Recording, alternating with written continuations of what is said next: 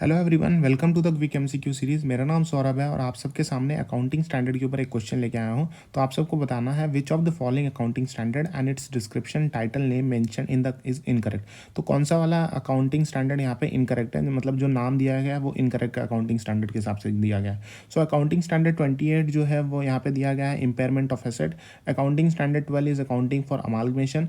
Accounting standard 2 is valuation of inventory. Accounting standard 16 borrowing cost. तो यहाँ पे जो सही उत्तर है यहाँ पे accounting standard 12 accounting for amalgamation है, क्योंकि ये दिस इज इनकरेक्ट। इनकरेक्ट क्यों है? क्योंकि अकाउंटिंग स्टैंडर्ड 12 जो है वो अकाउंटिंग फॉर गवर्नमेंट ग्रांट के लिए होता है, जबकि अकाउंटिंग फॉर अमालगमेशन जो है वो अकाउंटिंग स्टैंडर्ड 14 आता है। एएस 14 जो है वो बात करता है अकाउंटिंग फॉर अमालगमेशन।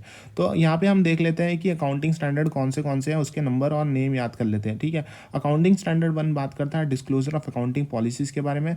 एएस 2 बात करता है valuation of inventories. AS 3 is for cash flow statement. AS 4 हमको पता है contingency and event occurring after the balance sheet date. AS 5 is net profit और loss for the period, prior period item and changes in accounting policies.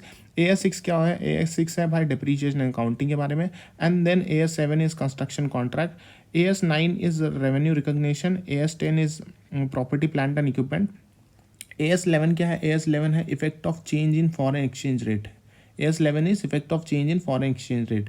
AS12 is accounting to the government grant, accounting for government grant. AS13 is accounting for investment. AS14 जो है वो accounting for amalgamation है. AS15 जो है वो बात करता है employee benefit के बारे में.